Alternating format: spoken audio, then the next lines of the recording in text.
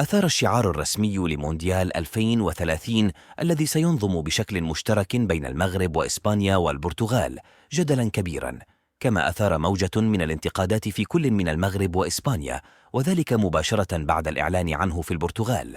الشعار الذي حمل عبارة يلا وفموس جعل جمهور المغربي ينتقده على اعتبار أن كلمة يلا لا تمثل الدارجة المغربية، بل هي كلمة تعود للمشرق العربي بشكل أساسي، ولا يتم استخدامها على الإطلاق في المغرب.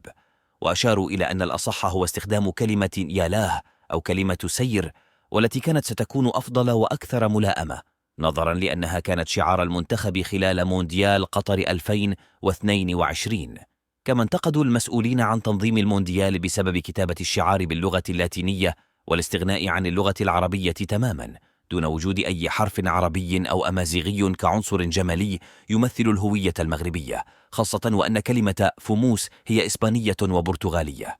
الإعلان الرسمي عن الشعار لم يسلم من الانتقادات والسخرية في إسبانيا أيضا، حيث وصفه البعض بأنه شعار بدائي. وعلق أحد المتابعين قائلا: عندما يكتشفون قدرات الذكاء الاصطناعي في تصميم الشعارات ستحتار عقولهم وسيشعرون بالخجل اتجاه أعمالهم. إن الشعار كان أول خطوة رسمية من قبل مسؤولي ملف الترشيح الثلاثي، ولكنها لم تكن ناجحة. إن الانتقادات هدفها الإصلاح، وأن اللجنة المنظمة المشتركة ينتظرها عمل شاق أساسه التنسيق والانسجام والاحترافية وتجنب الأخطاء والهفوات. شكرا لكم على المتابعة، ولا تنسوا الإعجاب والاشتراك ليصلكم كل جديد.